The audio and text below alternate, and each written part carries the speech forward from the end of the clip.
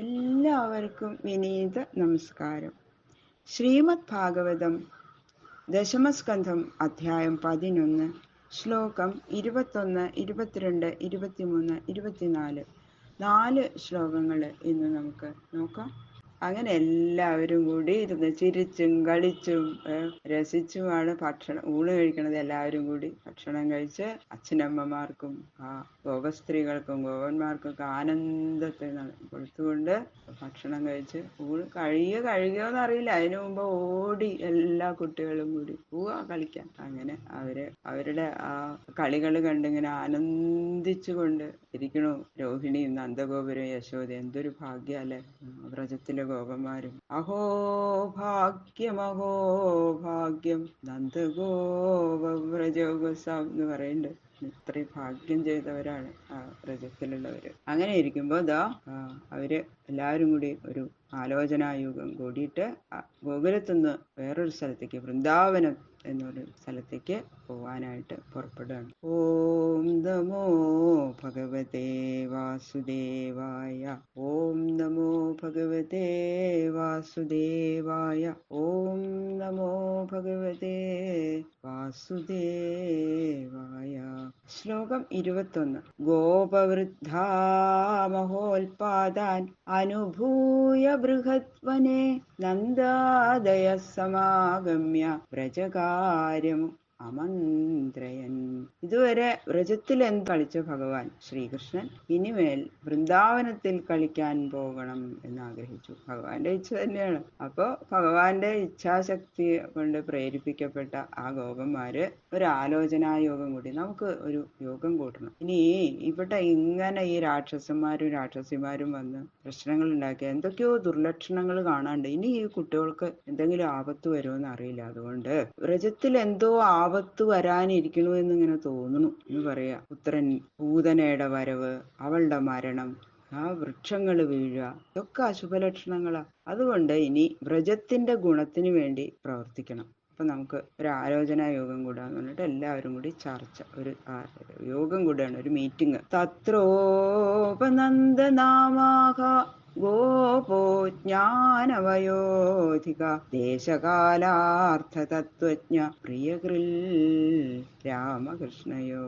അവിടെ കൂടിയ ഗോപന്മാരിൽ വെച്ച് ഏറ്റവും മുഖ്യനായിട്ടുള്ള ആള്, പിന്നെ വയസ്സുകൊണ്ടും അറിവുകൊണ്ടും ഒക്കെ ഉള്ള ആ അറിവ്, എല്ലാം കൊണ്ട് അറിവ്, ഇന്ന സ്ഥലത്ത് ഇന്ന സമയത്ത് എല്ലാ കാര്യങ്ങളും ചെയ്യണം എന്ന് ഒക്കെ ഏറ്റവും നന്നായിട്ട് അറിവുള്ള ഒരു ഗോപൻ. ഉപനന്ദൻ എന്നാണ് അദ്ദേഹത്തിന്റെ പേര്. അദ്ദേഹത്തിനാണെങ്കിലോ ശ്രീകൃഷ്ണനും ബലരാമനെയും വലിയ ഇഷ്ടമാണ്. അവരുടെ സന്തോഷത്തെ സമ്പാദിക്കാൻ വേണ്ടുന്ന പ്രവൃത്തികൾ ഒക്കെ അവർക്ക് സന്തോഷമാവണം. അങ്ങനെയുള്ള പ്രവൃത്തികൾ ചെയ്യാൻ വേണ്ടിയിട്ട് ആണ് ഉപനന്ദനാണ് അതിന് മുൻകൈ എടുത്തത് എന്ന് പറയുന്നു. അപ്പൊ എല്ലാവരും കൂടി ഇങ്ങനെ ചേർന്ന് മീറ്റിങ്ങില് പറഞ്ഞു കഴിഞ്ഞാൽ ശരിയാവില്ലല്ലോ, ഒന്നിച്ചു പറഞ്ഞ. അപ്പൊ ഒരാളെ അതിന്റെ ലീഡറായിട്ട് തിരഞ്ഞെടുക്കണം. അതാണ് ഉപനന്ദൻ. ഈ ഗോപസഭയില് മുഖ്യനായിട്ട് തിരഞ്ഞെടുത്തത് ഉപനന്ദനെയാണ്. അദ്ദേഹം നന്ദഗോപരുടെ പ്രധാനമന്ത്രിയാണ് ഇപ്പോൾ. പക്ഷെ നന്ദന്റെ നേരെ സഹോദരനുമാണ്, ജ്യേഷ്ഠനാണെന്ന് പറയുന്നു. വേറെ പുരാണത്തിലൊക്കെ, ഭാഗവതത്തിൽ അത് പറയണില്ലെങ്കിലും നന്ദഗോപരുടെ മൂത്ത ജ്യേഷ്ഠനാണ് എന്ന് പറയുന്നത്. അദ്ദേഹം വളരെ ജ്ഞാനി ആയതുകൊണ്ട് ഭരണം നന്ദഗോപർക്ക് വിട്ടുകൊടുത്തതാണത്രേ.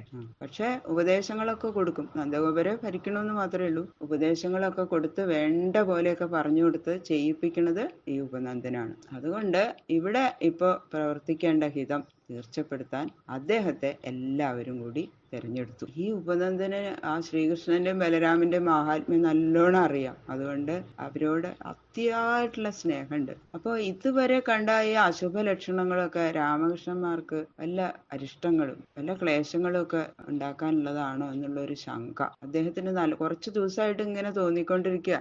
ഈ രാക്ഷസിമാരുടെയൊക്കെ വരവ്, രാക്ഷസിയുടെയും അസുരന്മാരുടെയൊക്കെ വരവ് കാരണം. അദ്ദേഹത്തിന്റെ ആ ഭക്തി, എത്ര യോഗ്യത ഉണ്ടെങ്കിലും ഭക്തി ഇല്ലെങ്കിൽ ആ യോഗ്യത ഒക്കെ വെറുതെ അല്ലേ. അത് പറയണ്ടല്ലോ, ഭക്തി ഇല്ലാത്തവർക്ക് അതൊന്നും, ഈ യോഗ്യതയൊന്നും അതൊരു അലങ്കാരമായിട്ട് ഭവിക്കില്ല. പക്ഷെ ഇദ്ദേഹത്തിന് ഭഗവത് ഭക്തിയും നല്ലോണം ഉണ്ടായിരുന്നു.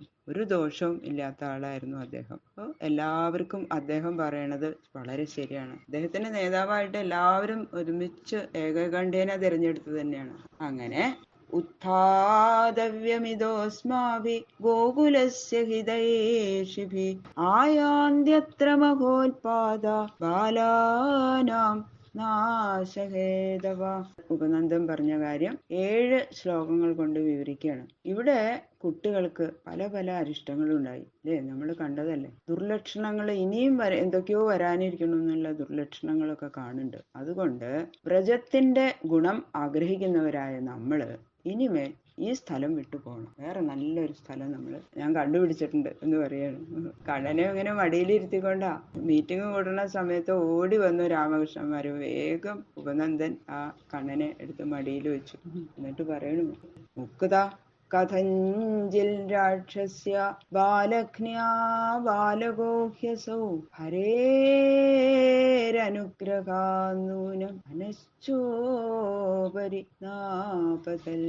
ബാലഘ്ന്യ കുട്ടികളെ കൊല്ലുന്നവളായ രാക്ഷസിയാൽ അസൗ ബാലക ഈ കുട്ടി കഥഞ്ചിൽ എങ്ങനെയോ മുക്ത മോചിക്കപ്പെട്ടു ഹരിയുടെ അനുഗ്രഹാൽ കടാക്ഷം ഹേതുവായിട്ടും നൂനം നിശ്ചയം അനച വണ്ടിയും ഉപരി മീതെ ന അപതൽ വീണില്ല. കുട്ടികൾക്കാണ് ദോഷം എന്ന് പറഞ്ഞത്. അനുഭവം കൊണ്ട് പറയാ, രാക്ഷസികളെ ഒന്നും ആർക്കും ജയിക്കാൻ കഴിയില്ല. വിശേഷിച്ച് കുട്ടികൾക്ക് ഒട്ടും കഴിയില്ല എന്ന് പറയേണ്ട കാര്യമില്ലല്ലോ.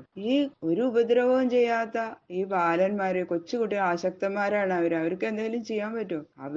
അങ്ങനെയുള്ള ഈ കുട്ടികളെ കൊന്ന് നടക്കുന്ന അതിഘോരയായ രാക്ഷസി ഈ കുട്ടിയെ, മടിയിലിരിക്കുന്ന കണ്ണനെ ചൂണ്ടിക്കാണിച്ചുകൊണ്ട് പറയാ, ഈ കുട്ടിയെ കൊല്ലാൻ ഒരുങ്ങിയല്ലോ ഈ പിഞ്ചു ബാലന്. എന്തോ ഭാഗ്യം കൊണ്ട് ഈ ആപത്തിൽ നിന്ന് ഈ ഉണ്ണി രക്ഷപ്പെട്ടു. വണ്ടി ഈ കുട്ടിയുടെ മീതെ കൊണ്ട് വീഴാഞ്ഞതോ മഹാവിഷ്ണുവിന്റെ അനുഗ്രഹം കൊണ്ട് മാത്രമാണ് എന്ന് പറഞ്ഞത് ആ കണ്ണനെ കെട്ടിപ്പിടിച്ചു ചുംബിക്കണം ഉപനന്ദൻ.